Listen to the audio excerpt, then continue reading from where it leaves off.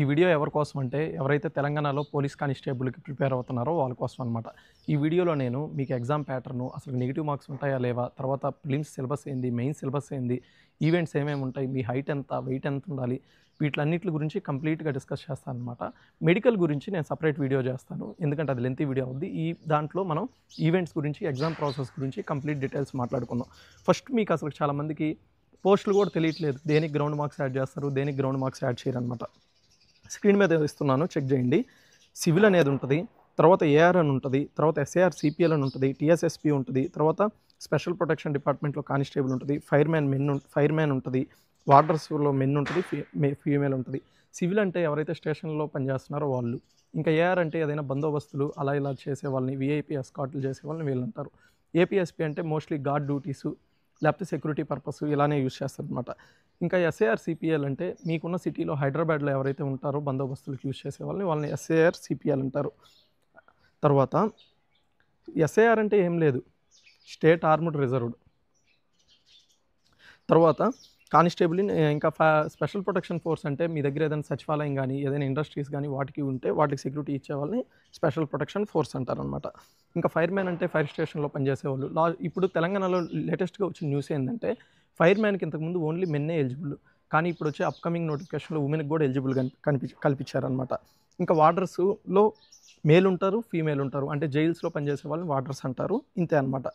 ఇప్పుడు వీటిల్లో first AR కానిస్టేబుల్కి, తర్వాత టీఎస్ఎస్పి కానిస్టేబుల్కి, స్పెషల్ ప్రొటెక్షన్ ఫోర్స్ కానిస్టేబుల్కి వీటి మూటికి మాత్రం ఎగ్జామ్ స్కోర్ని ఆఫ్ చేసి గ్రౌండ్ మార్క్స్ని ఫుల్ చేస్తారనమాట. అంటే మీకు ఎగ్జామ్లో స్కోరు ఒక 120 వచ్చి గ్రౌండ్లో స్కోర్ ఒక 60 వచ్చింది అనుకోండి, ఎగ్జామ్ స్కోర్ని ఆఫ్ చేయడం అంటే 60, గ్రౌండ్ స్కోర్ని 60 కలిపి 120 మార్క్స్ చేస్తారు. ఇదనమాట. ఇది గుర్తుపెట్టుకోండి.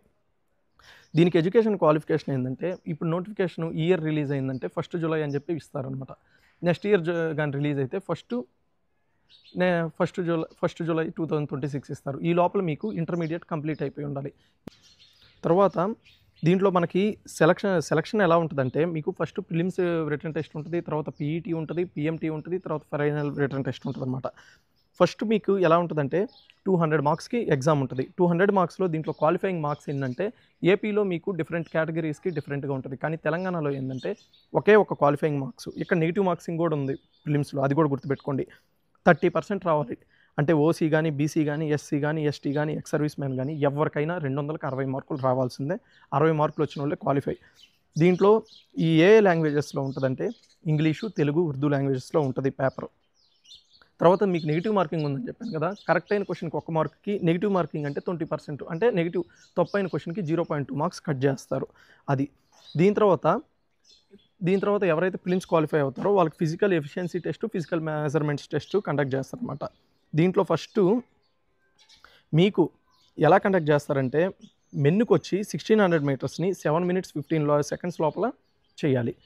ఎక్స్ సర్వీస్ మ్యాన్కి వచ్చి 9 minutes 30 seconds లోపల చేయాలి. ఉమెన్స్కి అయితే 800 మీటర్స్ ఉంటుంది. 1600 ఏపీలో 1600 మీటర్స్ ఉంటుంది, తెలంగాణలో ఉమెన్కి వచ్చి 800 మీటర్సే ఉంటుంది. దీన్ని 5 minutes 20 seconds లోపల చేయాలన్నమాట. ఇంతే. ఇది మీకు ఆల్రెడీ చెప్పాను దేనికి గ్రౌండ్ మార్క్స్ యాడ్ చేస్తారు దేనికని. టీఎస్ఎస్పికి, టీఎస్ఏఆర్కి, తర్వాత స్పెషల్ ప్రొటెక్షన్ ఫోర్స్కి వీటికి మాత్రం గ్రౌండ్ మార్క్స్ యాడ్ చేస్తారనమాట. మీకు మళ్ళీ తెలంగాణలో నార్మలైజేషన్ అనే ప్రాసెస్ ఉంది. అంటే ఆ రోజు గ్రౌండ్లో చేసిన టాప్ మార్క్స్ని బట్టి కొంచెం మార్క్స్ మీకు వేరియేషన్ అవుతాయి మీలో వచ్చిన మార్క్స్ కన్నా అనమాట. తర్వాత దీంట్లో మీరు ఇంకోటి ఏంటంటే దీనికి ఫిజికల్ మెజర్మెంట్ టెస్ట్. మెన్ను ఉమెన్కి హైట్ ఎంత ఉండాలంటే మెన్నులో అయితే 167.6 సెంటీమీటర్స్ ఉండాలి, ఉమెన్ అయితే 152.5 సెంటీమీటర్స్ ఉండాలి. ఎవరైతే ఏబిఓ ఎస్టీ తర్వాత provided that candidates belongs to scheduled tribes ST and ఇప్పుడు తెలంగాణలో ఏమి ఇచ్చారంటే provided that candidates belongs to scheduled tribes and Aboriginal tribes in the agency area of ఎవరైతే ఏజెన్సీ ఏరియాస్లో ఉంటారో షెడ్యూల్డ్ ట్రైబ్స్ అండ్ అబార్జినల్ ట్రైబ్స్ ఉంటారో Adilabad, కొమరాభీం, Asifabad, Mancherial, Nagar Kurnool, Khammam, Bhadradri Kothagudem, Mulugu, Mahabubabad and Warangal డిస్ట్రిక్ట్స్లో ఉన్న వాళ్ళకైతే మీకు ఈ డిస్ట్రిక్ట్స్లో ఉన్న ఎస్టీలకి, ఏబిఓ ఎస్టీలకి ఎస్టీ అండ్ మీకేమి ఇచ్చారంటే వీళ్ళు ప్రొవిజన్స్ హైట్ వచ్చి మెన్లో అయితే 160 సెంటీమీటర్స్ ఉంటే చాలు, తర్వాత ఉమెన్లో వచ్చి 150 సెంటీమీటర్స్ ఉంటే చాలు అనమాట. తర్వాత ఎవరైతే ఈ ఫిజికల్ మెజర్మెంట్ టెస్టుల్లో వీటిలో క్వాలిఫై అవుతారో తర్వాత లాంగ్ జంప్ అనేది మెన్ క్యాండిడేట్స్ అయితే 4 మీటర్స్ ఖచ్చితంగా క్వాలిఫై చేయాల్సిందే. ఎక్స్ సర్వీస్ మ్యాన్ అయితే 3.5 మీటర్స్, ఉమెన్ క్యాండిడేట్స్ అయితే 2.5 మీటర్స్ చేయాల్సిందే. ప్రతి ఒక్కరూ ప్రతి ఈవెంట్లో ఇక్కడ క్వాలిఫై అవ్వాల్సిందే. తర్వాత షార్ట్ పుట్ 7.26 కేజీ ఉన్న షార్ట్ పుట్ని ఇస్తారు. అది మెన్కి అయితే, ఉమెన్కి అయితే 4 కేజీ ఉన్న షార్ట్ పుట్ని ఇస్తారు. జనరల్ క్యాండిడేట్ 6 మీటర్స్ మెన్కి, ఎక్స్ సర్వీస్ మ్యాన్కి 6 మీటర్స్, ఉమెన్ క్యాండిడేట్ అయితే 4 మీటర్స్. ప్రతి ఒక్కరూ shall be undergo and must qualify. ఇప్పుడు దీంట్లో తెలంగాణలో ఎలా ఇచ్చారంటే మీరు లాంగ్ జంప్ మీరు 1600 కానీ 1600 మెన్, ఉమెన్ 800 చేశాక లాంగ్ జంప్ షార్ట్ పుట్ ఖచ్చితంగా మెన్, ఉమెన్ ప్రతి ఒక్కరు ఎక్స్ సర్వీస్ మ్యాన్ ప్రతి ఒక్కరు అన్ని ఈవెంట్స్లో క్వాలిఫై అయితేనే ఎలిజిబుల్ అనమాట. ఇది దీని తర్వాత ఇప్పుడు మీకు ఆల్రెడీ నేను చెప్పాను ఎవరైతే ఆల్రెడీ ఎగ్జామ్ మార్క్స్ దేనికి యాడ్ చేస్తారు, గ్రౌండ్ మార్క్స్ దేనికి యాడ్ చేస్తారని చెప్పి దాన్ని బట్టి ఇట్లా ఇచ్చారనమాట.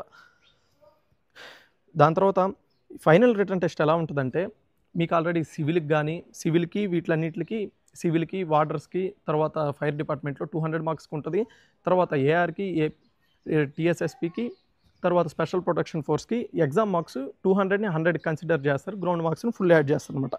ఫైనల్లో ఎటువంటి నెగిటివ్ మార్కింగ్ లేదు. తర్వాత ఫైనల్లో మీకు క్వాలిఫికేషన్ మార్క్స్ ఎంత అంటే ఓసీకి అయితే 40% అంటే 80 మార్కులు రావాలి, బీసీకి అయితే 35% అంటే 70 marks, SC ST ex service మ్యాన్స్కి అయితే 60 మార్క్స్ వస్తే సరిపోద్ది. మీకు ఎగ్జామ్ ఏ లాంగ్వేజెస్లో ఉంటుందంటే ఇంగ్లీష్, తెలుగు, ఉర్దూ లాంగ్వేజెస్లో ఉంటుందన్నమాట. మీరు మళ్ళీ ఇంకోటి ఎవరైనా సేమ్ మార్క్స్ కానీ ఇద్దరు క్యాండిడేట్స్కి 120 మార్కులు వస్తే ఎవరైతే ముందు పుట్టుంటారో వాళ్ళకి జాబ్ ఇస్తారన్నమాట. అదొకటి గుర్తుపెట్టుకోండి.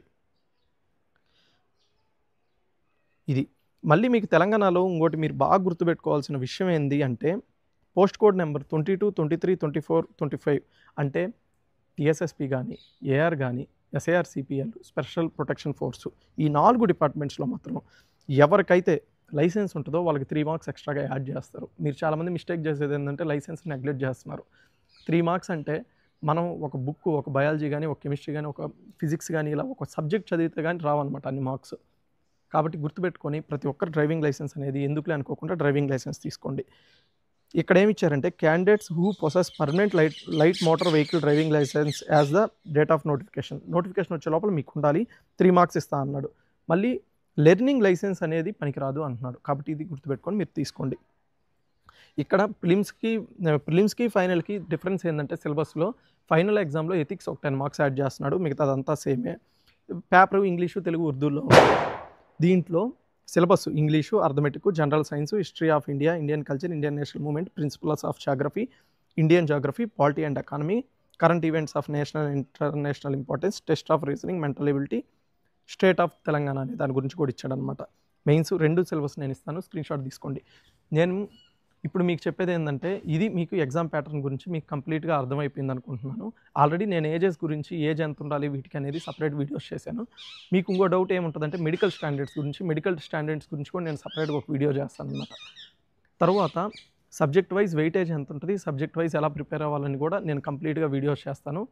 మీరు మాత్రం అందరూ మంచిగా ప్రిపేర్ అవ్వడం స్టార్ట్ చేయండి. మీరు నాకు చేయాల్సిన హెల్ప్ ఏంటంటే ఈ వీడియో కింద మీరు తెలంగాణ స్టూడెంట్స్ అయినా ఆంధ్ర స్టూడెంట్స్ అయినా మీరు ఎక్కడ కోచింగ్ తీసుకుంటున్నారు, ఆ కోచింగ్ ఇన్స్టిట్యూట్ ఒకటి రివ్యూ ఏంది, మీరు ఏ బుక్స్ ఫాలో అవుతున్నారు, ఎలా ఉంది అనే మీరు సీనియర్ ఆస్పిరెంట్స్ అయినా కొత్త వాళ్ళైనా మీరు కామెంట్ చేయడం వల్ల నెక్స్ట్ ఈ వీడియో చూసే ఆస్పిరెంట్స్కి యూజ్ అవుతుంది అనమాట. ఎక్కడ కోచింగ్ తీసుకోవాలి, ఎలాగ ఉంది, ఇవి అన్నీ యూజ్ అవుతాయి. కాబట్టి ప్రతి ఒక్కరు మీ వాల్యుబుల్ టైం కేటాయించి ప్రతి ఒక్కరు కామెంట్ చేయండి.